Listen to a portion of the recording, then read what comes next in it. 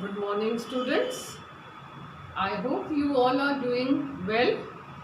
In the previous class, we had completed our first chapter of history.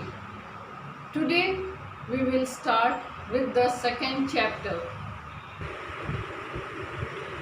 Factors promoting the growth of nationalism and foundation of the Indian National Congress. Children, the points which we are going to discuss today in this class are nationalism and factors promoting the growth of nationalism. In this, we will discuss the different causes of the rise of the national movement. Now, what is nationalism? Nationalism denotes patriotism, the love for one's country, the feeling that all people unitedly belong to one great country or nation. This feeling compelled people to overthrow foreign domination and become free. Now, we will discuss the factors promoting the growth of nationalism. See, there were various causes were responsible for the rise and growth of the national movement in India. So, we will discuss the first cause, that is British policy of economic exploitation. Children, in previous chapter we had already discussed about the British policy of economic exploitation.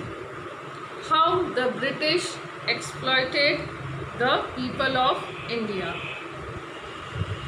The economic system of India was adjusted to the needs of the people of England. They never cared for the welfare of the Indians. The British, they never cared for the welfare of the Indians. They exploited the resources of India to promote their own interest. They drained the wealth of India to England. The peasants suffered under heavy land taxes. The poor farmers had to pay heavy land taxes. No steps were taken to encourage agriculture in India. Raw material was exported to England at cheaper rates. Goods manufactured in England were dumped into India and sold at higher prices. The educated Indians were dissatisfied because they were not appointed to high post. The English never cared for the welfare of the masses and ignored welfare activities such as education, irrigation, health services, etc. They reduced India to the status of an economic colony. In short, we can say that the British brought every section of Indian society to the brink of utter poverty and total starvation. Frequent famines, droughts, and epidemics also wreaked havoc. The Indians thought that the only solution of their economic salvation was in uprooting the British rule from India. What did the British thought? What did the Indians thought? The Indian thought the only solution for all their problem was to get free from the British rule. Now, what were the effects of the Great Rising of 1857?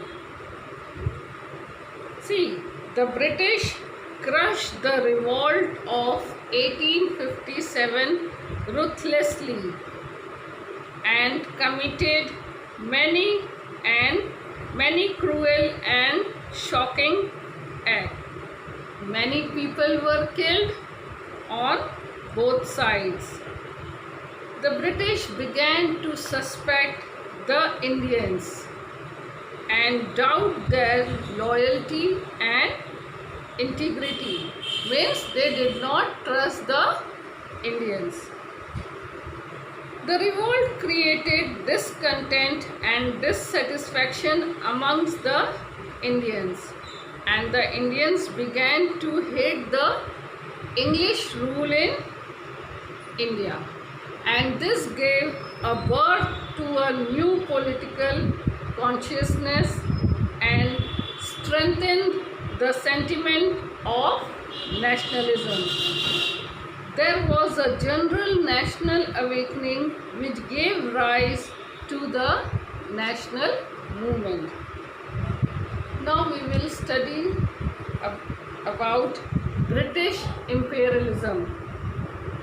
See, it was during the British rule that the entire country was brought under one government, and this gave her people a new sense of political unity.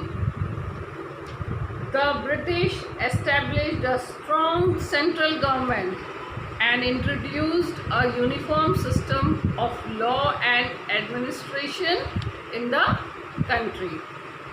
See, the people of India, what did they begin to think? They began to think and act as one nation. The people from different parts of the country began to meet and understand each other.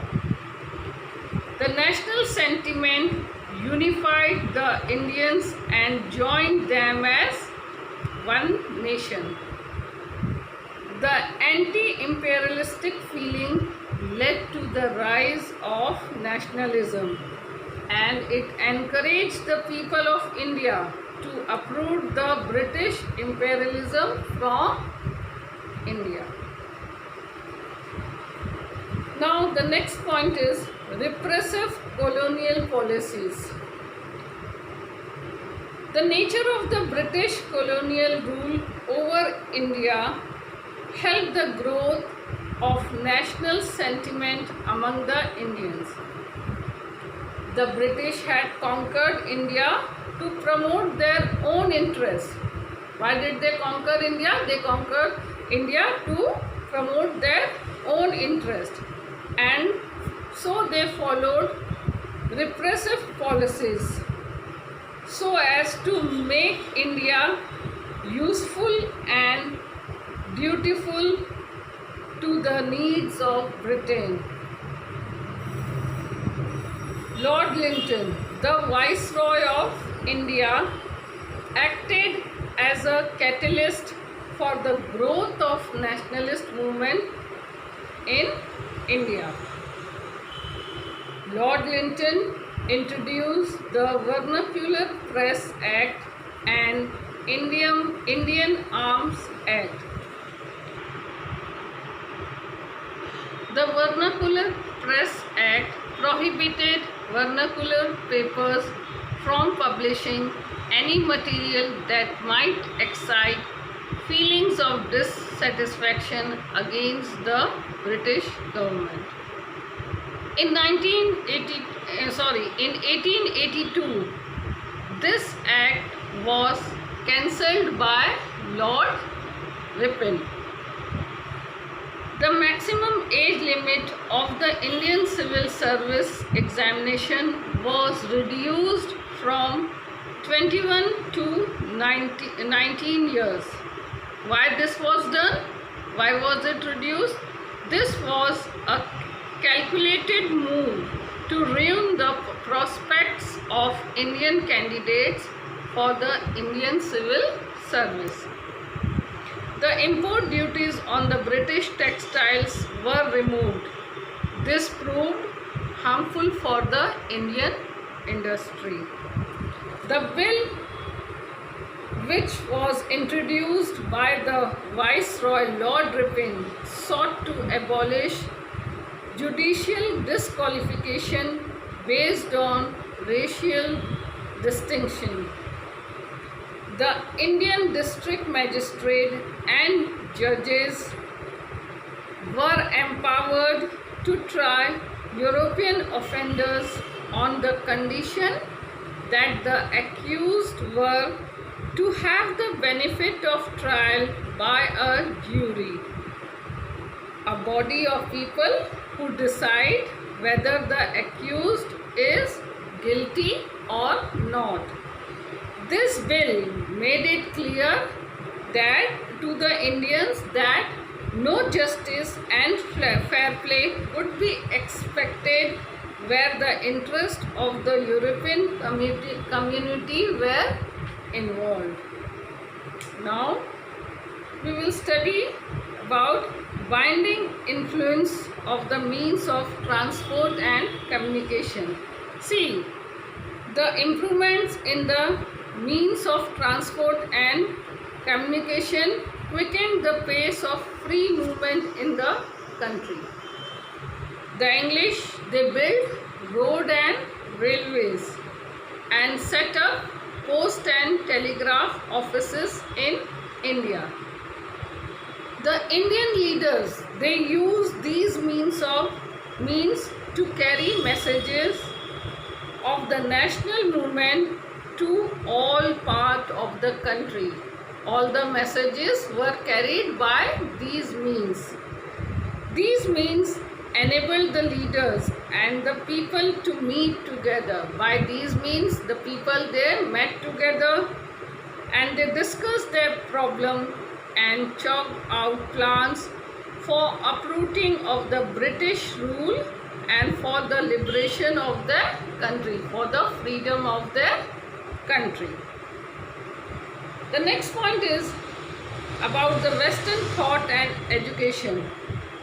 The British imparted Western education in arts and science through the medium of English. Why did they do this? They did this to serve their own administrative and imperial ends. Through Western education, they wanted to propagate the Western culture and to win the loyalty of educated Indians. But the results were quite contrary to their wishes. With the spread of Western education and thought, the Indians came in contact with West and imbibed a modern, rational, secular, democratic and national outlook. The American Revolution, the French Revolution and the other revolutions in Europe inspired the Indians with the ideals, watchwords of liberty, equality and fraternity. They acquired the ideals watchword of democracy, freedom and nationalism from the writing of Western thinkers. Educated Indians felt the humiliation of the foreign rule and began to preach the revolutionary ideas among the Indians. They became the leaders of the national movement and were inspired to build a strong and modern and united India. English language also played an important part in this respect. It served as a medium for the propagation of modern ideas. Through this English language, they served the propagation of modern ideas. It acted as a medium of exchange of thought between the people of different parts of the country. Now we will discuss about the Indian press and literature. The Indian press and literature aroused the feeling of patriotism and national consciousness. Many newspapers were published in different parts of the country, such as the newspapers were such as Amrit Bazar, Patrika, the Hindu, the Patriot, the Maratha, the Kesari, the Azad, the Indian Mirror, the Tribune, the Advocate, the Kohinoor, etc. These were the newspapers which were published in different parts of the country. These newspapers not only criticized the unjust policies of the government but played an important role in infusing political ideas and patriotic sentiments and arousing political consciousness among the people. Tilak's weekly Kesari and Maharatha also instilled pride among Indians for their country. Kesari and Maharatha was whose paper? It was Lokmanya Tilak's paper. A large quantity of national literature was produced in the 19th century. National literature was produced in 19th century. The writings of B.C. Chatterjee, Rabindranath Tagore, Vishnu Shastri, Bhartendu Harishchandra, Deenbandhu Mitra, Hali and Sir Syed Ahmad Khan, etc. stirred the hearts of the Indian masses and brought about a revolution in their minds. Through these people, through the writings of these people, the minds of the Indians were prepared to make any sacrifice for the sake of their motherland. The Indians were ready to sacrifice anything for the sake of their motherland. B.C. Chatterjee's Bengali novel Anand Mat became the Bible of modern Bengali patriotism. It contained the national song Vande Mataram, which greatly inspired the people. Racial segregation. The British considered themselves superior, who had come to India with the noble intention of civilizing the Indians. The British, they thought that they were superior and they considered the Indians as white man's burden in their own country. The Indians were regarded only fit as hewers of wood and drawers of water. They were racially segregated. How the Indians were, the English, they made a difference between them and the Indians.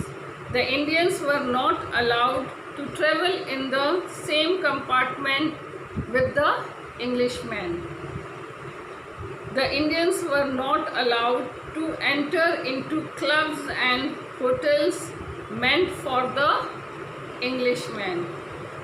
Then the Indians were severely punished for petty crimes, while the English were given nominal punishment for even grave offences. See how they made the difference between the Indians and themselves.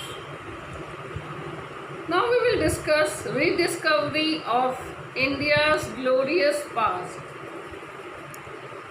Many Britishers propagated that they spread that the Indians had never been able to govern themselves in the past and that they were destined to be ruled by the foreigners. Many Britishers, they propagated this, but many foreign scholars like Sir William Jones, Max Muller, A.B. Keith, Cunningham, Marshall Jacobi, etc. conducted many studies on Indian history. They studied Indian history and they were greatly impressed.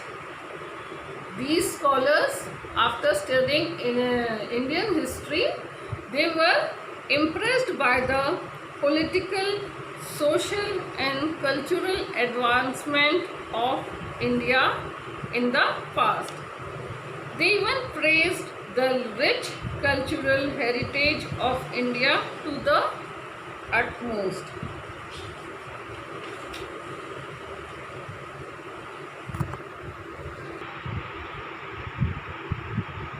Socio-religious reform movement. Many social and religious reformers like Raja Ram Mohan Roy, Swami Dayanand, Jyotiba Phule, Swami Vivekanand, Annie Besant, etc. carried out many social and religious reformers. These leaders, they carried out many social and religious reforms and paved the way for the national movement.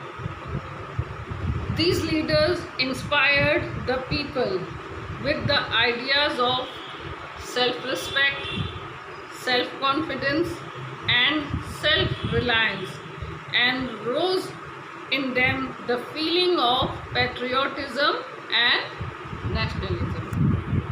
See, the credit for starting the religious and social reformation in modern India undoubtedly goes to Raja Ram Mohan Roy. To reform the Indian religion and society, he laid the foundation of Brahma Samaj in 1828. And Raja Ram Mohan Roy stressed the unity of all religions. He was inspired by the belief in one God of Islam, the ethical teachings of Christianity, and the great beliefs of the Upanishads. He believed that every religion had set up a moral code necessary for peace and happiness. Raja Ram Mohan Roy, he was a staunch nationalist. He believed that liberty was a priceless possession of every individual, of every Indian. Raja Ram Mohan Roy started a Bengali weekly called the Samvad Kaumudi in 1821. Later he started a Persian paper called the Miratul Akbar.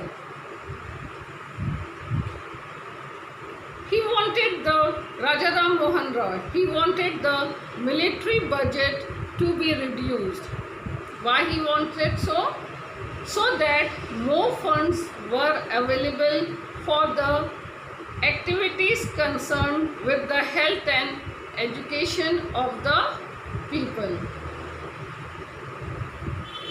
Now we will talk about the contribution of Jyotiba Phule. Jyotiba Phule was a highly admired social reformer of the 19th century. He did a great work for the upliftment of the depressed classes, and he believed that the solution for all the problems of Dalit could be solved if proper education was provided to them. Jyotiba Phule believed that the women were superior to men because the women bore children and nursed them.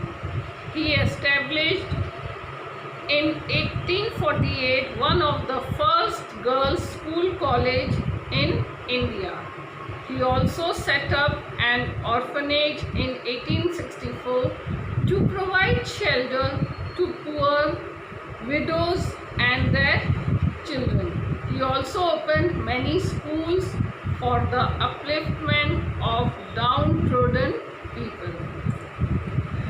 Jyotiba Phule founded the Satya Shodhak Samaj in 1873. He also praised the British rule because it gave Indians the tools with which to fight social injustice. According to Phule, when the farmers educate themselves and carry whips on their shoulders, the English will have to scream, yell, and flee to the country. Other great leaders like Lokmanya Tilak, Rabindranath Tagore, Pandit Motilal Nehru, Lala Lajpat Rai, Mahatma Gandhi, Pandit Jawaharlal Nehru, etc. also played an important role in rousing the people from the deep slumber and inspired them with the new ideas and inspiration, and developed in them the spirit of sacrifice and love for their motherland. Tilak raised the slogan, Swaraj is my birthright and I shall have it. Children, today we will discuss till here only. We will continue the chapter in the next class. Thank you.